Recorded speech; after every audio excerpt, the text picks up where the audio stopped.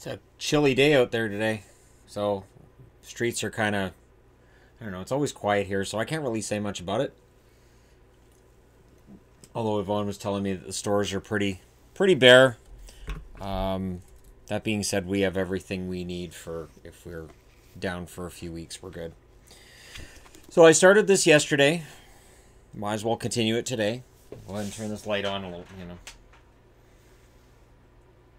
It's funny. I always have. I see comments right now. I'm like, you need a light. You need like a studio light. Yeah, I've got one. I've got one that's always right off camera. It feels feels like now with the way things are, like, all right, I'll just let the whole formality of the whole thing down and we'll just hang out together. That's how it feels.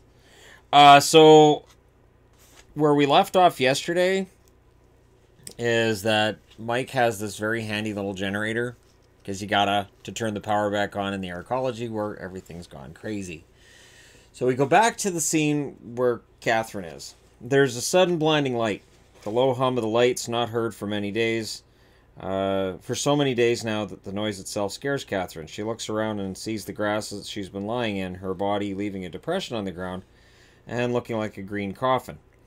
The light seems to come from everywhere at once, and she has to shield her eyes as she's overcome with dizziness and a stabbing headache. Just the idea that she's in darkness now. There's light.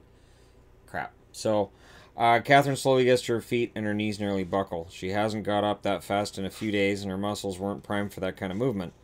Though she had tried to exercise regularly, it's been a challenge in near perfect darkness. Oh, I see a spelling error. Damn it. Okay, everybody send me your copy of the book and I'll go through and correct spelling errors. I promise. It's just tough because, you have autocorrect, but sometimes you spell a word that exists and it doesn't pick it up. So, and this is technology from 10 years ago, so it's not as smart as the writing stuff you have now. She staggers toward the elevator door. She actually falls to one knee as her head spins again. Her mind is torn as to whether this is a good turn of events or maybe the violence will start anew. Maybe this is the start of another wave of horror and this time it won't spare her. Catherine sees her purse near the door and goes towards it. She needs to get back to normalcy here. Maybe if she can make herself presentable and get her emotions under control, everything else will work out. I like the idea of she just goes, it's darkness for days, and then, oh, lights on. All right, time to leave. I don't know, but at that point, it's like she wouldn't have had much choice, right? It's like, okay, either she tries to get out now that the light's back on, there's some power, or she just dies there. There isn't really an in between here, so that's what I figured.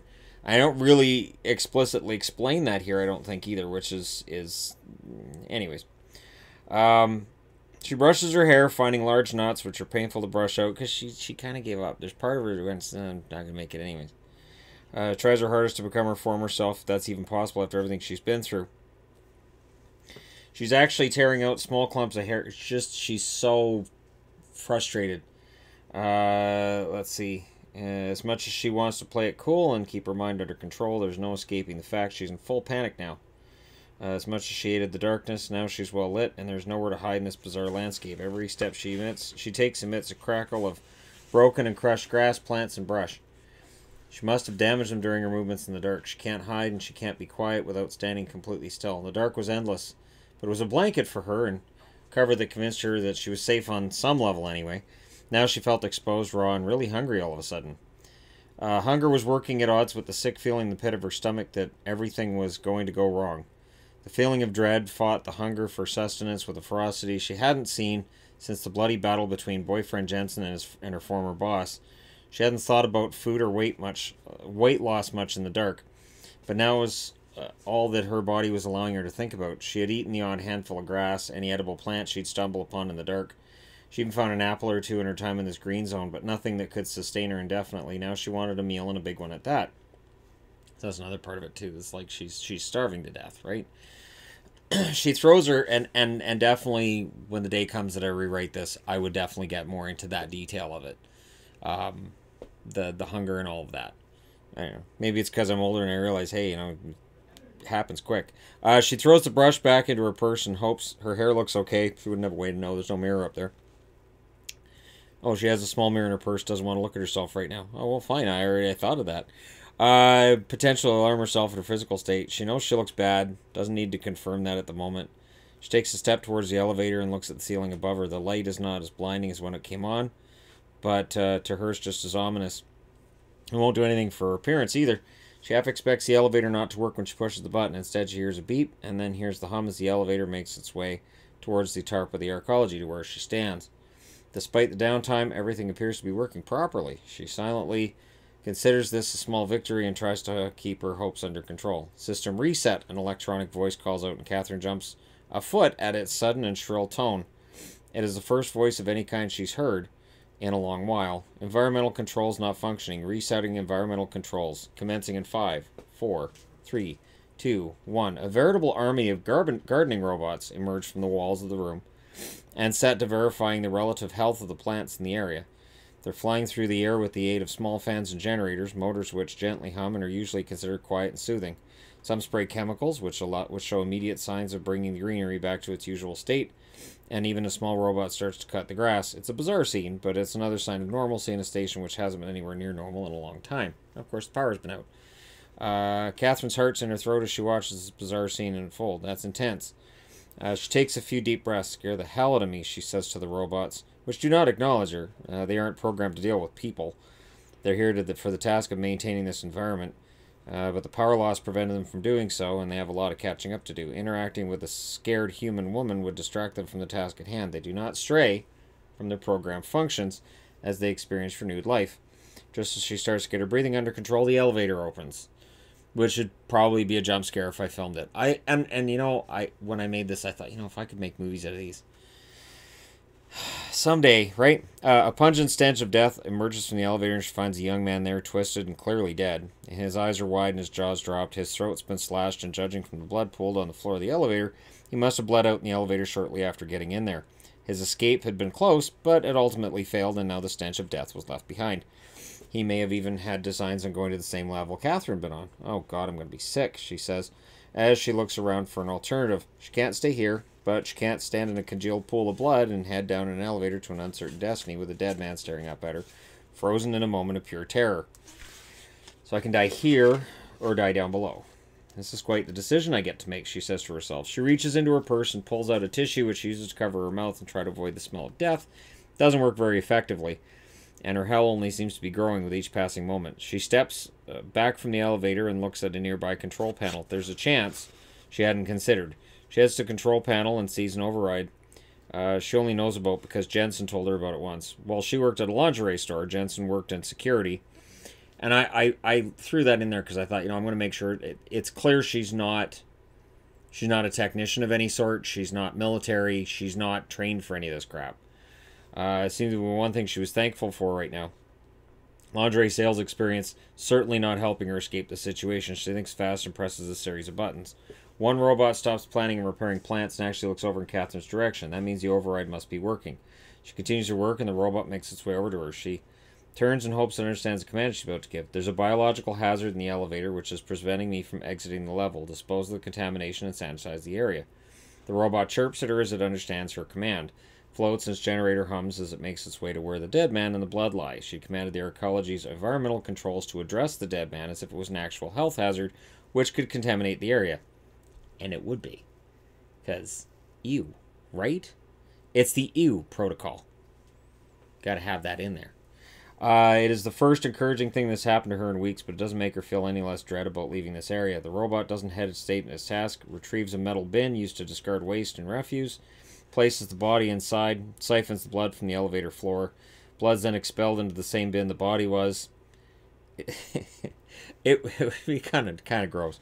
The robot then emits a spray into the elevator. A loud noise is heard. It uses a strong drying mechanism to dry the area and remove any traces anything had been in there mere moments ago. It takes the metal bin, caps it off, takes it to an airlock.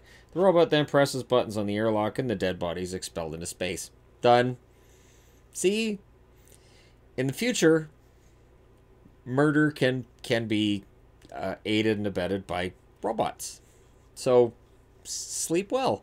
Contamination removed Officer Briggs. The machine tells Catherine, unaware that Jensen Briggs is not the one that had initiated the override. So there's my reveal of Jensen's last name. Briggs. That's a throwback to Major Briggs from Twin Peaks. Because Twin Peaks was my favorite show in the 80s. So I thought, yeah, I'll put that together. Uh, there is now no threat in the area, the computer says cheerfully. Machines don't distinguish dead plants from dead animals unless they are built to do so. The robot's ability to treat a dead human the same as overgrown plants or grass is unsettling at a time when Catherine believed nothing could unsettle her again. I'm going to wake up and find out this is one big nightmare, she says to herself.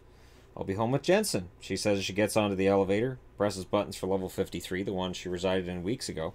I'll be home with Jensen and none of this will have happened. We'll be on Earth in its overcrowded glory. We'll be broke, but we'll be happy.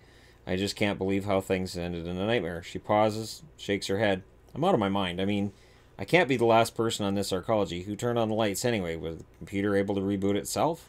Be a shame if I stayed here all this time, come down and got killed anyway. The elevator chimes as it reaches level 53. The door opens and a smell 100 times more powerful than that of the dead body she'd removed rushes into the elevator and brings Catherine, her dreams, and any hope she might have had left crashing to its knees. So yeah, that's the end of that bit. Now let's see how far it goes until chapter 2. It's still in chapter 1. There was a comment yesterday, and I get it, which was that I revealed too much information early. I haven't revealed anything yet. The actual what's going on, not even close to revealed yet. Not even close. And of the 3 parts in this is the one that I think I did the first 50 pages on my computer, I want to say in a week. I think it was a week I did 50 pages on my computer.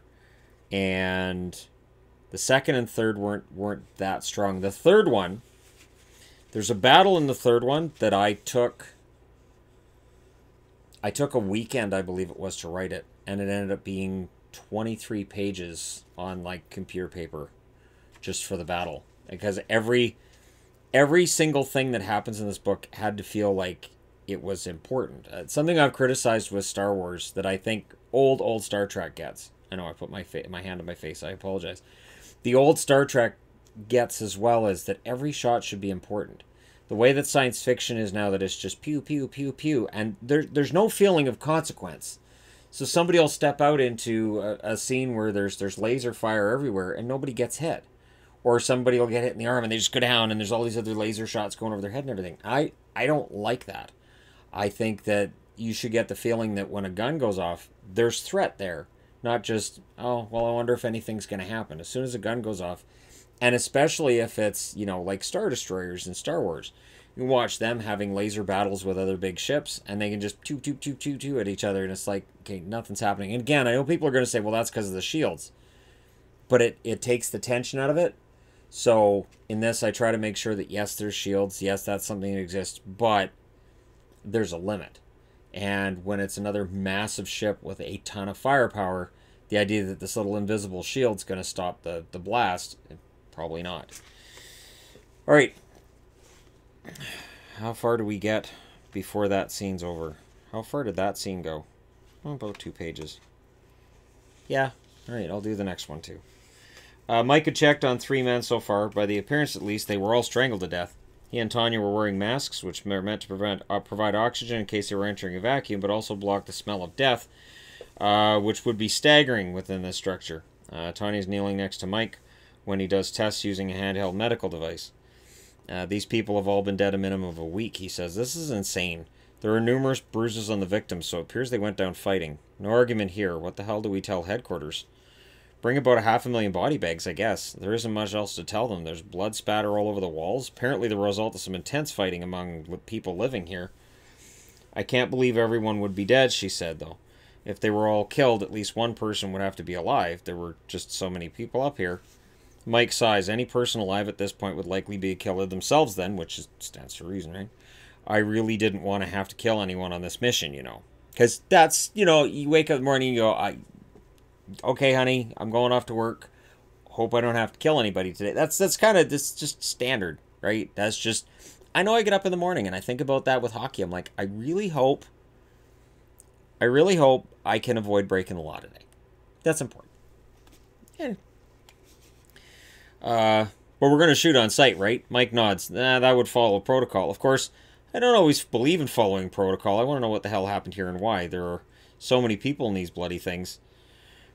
Almost 700 million people globally, Tanya says as she around at the bodies on the floor. I can't see there only being one killer. He or she would have been overpowered by the people around them. I think we're looking at riot activity, which must have been allowed to continue without any security teams able to break it up. A riot knocked out power to the entire ecology? That's why I'm really damn curious, Tanya. Even if one man did this, why turn off the power? How would he or she turn off the power and possibly kill themselves? When this place was quarantined, these people were alive. Well, I assume most of them were alive, and no one left this place after the quarantine was set in place, so why turn off the power? And I'm hearing this and I'm thinking, did I explain why the power was turned off? Genuinely, I'm curious too. Who turned off the power? That's the question, I guess. One we might not find the answer to. Oh, so you see, I put right in there. I don't know, maybe I won't tell myself. I know, I put my hand in my face again. These things are built with a combination of solar and water power that's self-replenishing. Combined with the plant life on this station, there's never a need to leave for anything. Waste products are cleaned and used for crops or ejected into space. It only orbits Earth for peace of mind for its inhabitants. Not the waste products, the ecology.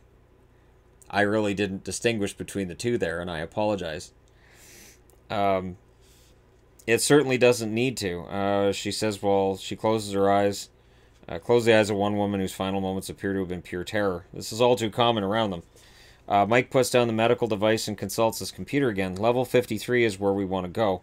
That was the last transmission from this place, and it's also the level where the governing members of the ecology lived. Knowing the cowardly nature of politicians, I would not be surprised to find one or two of them hiding under a desk somewhere eating toothpaste. Yeah. Trying to be funny, she asks? No, just, I don't know. This is all just a lot for me to take in. It's so screwed up. And I've seen terrible war zones, and arcology is not supposed to turn into a war zone. This just isn't supposed to happen. If anyone on the ground wants to blame this on cabin fever, I may resign.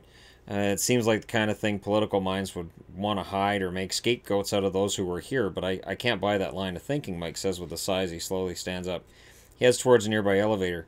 You know, that's what they've been telling people. I'm not inclined to believe it either. No one who actually sees this will believe that. The way this entire thing was left, I don't think anyone was supposed to see this bloodbath. If the killer or killers disable the power, I figure we can chalk this up as a murder-suicide type thing. I just don't know what to think right now. Tanya nods and looks around nervously.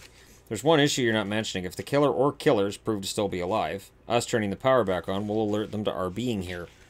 We may find ourselves in real danger soon. The longer we stick around here... That might be one of them texting me now. The longer we stick around here and check out dead bodies for cause of death, the more capable they are of attacking us in a coordinated manner, which leaves us no hope at all. Maybe they're on level 53, he says. Yeah, maybe. Mike winks at her. Don't worry yourself, Tanya. I'm a professional and have experience on my side you aren't even aware of. Which is very accurate. I can get out of any situation, no matter how hopeless it might look. Which is also kind of true. Glad you're humble about it. Mike manages a smile. You'll see what I mean.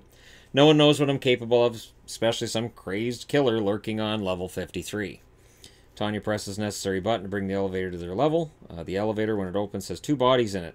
They're locked in a final embrace, wrapped around each other on the floor. They have their eyes closed, and they appear peaceful in death, but it's no less jarring, even if that's the case. She jumps back at the sight of them while Mike does a medical scan of the bodies quickly, and the device displays the most likely cause of death. These two died of thirst in here a few days ago. Severe dehydration. No signs of trauma, no bleeding. It's possible they locked themselves in the elevator, disabled it somehow to hide from whatever was going on in the rest of the ship. It's a more civil way to die, but what the hell happened here? He then pulls the bodies from the elevator and fights the urge to vomit as the bodies crack and creak in his grasp. You know, there's that whole... There's a lot of nastiness. I don't think this would be a PG-rated movie at this point. I don't. Having been in that pose for so long that they fight to stay that way, he's never been desensitized to handling bodies like this. He honestly hopes he never is. He wishes he had no experience with scenes like this, but that's part of what no one around him knows.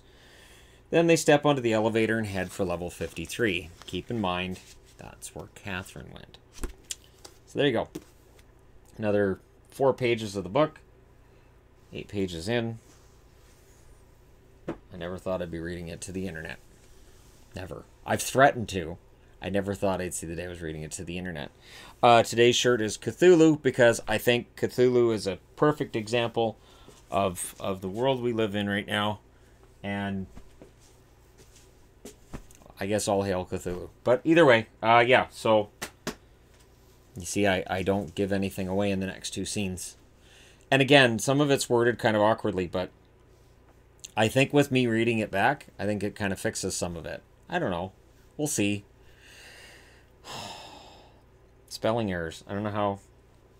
Doesn't matter. When you're looking at a wall of text that you wrote, it's very easy to miss the little errors that are in there. It's nothing major. It's just little things. And I know Yvonne and I have talked about it, and I've had friends of mine, Hi Venus, talk to me about this kind of thing before. So, you know, they would tell me on page 46, you need to change this. All right. Page 57, you need to change this. Okay. But again, without that professional editor, I'll figure it out. I may have a lot of time. Thank you guys so much for spending your time listening to me read from Into the Void, volumes 1 through 3. We're still in chapter 1 of volume 1. And, yeah, here you go. Thank you guys so much for watching. I'll talk to you again soon.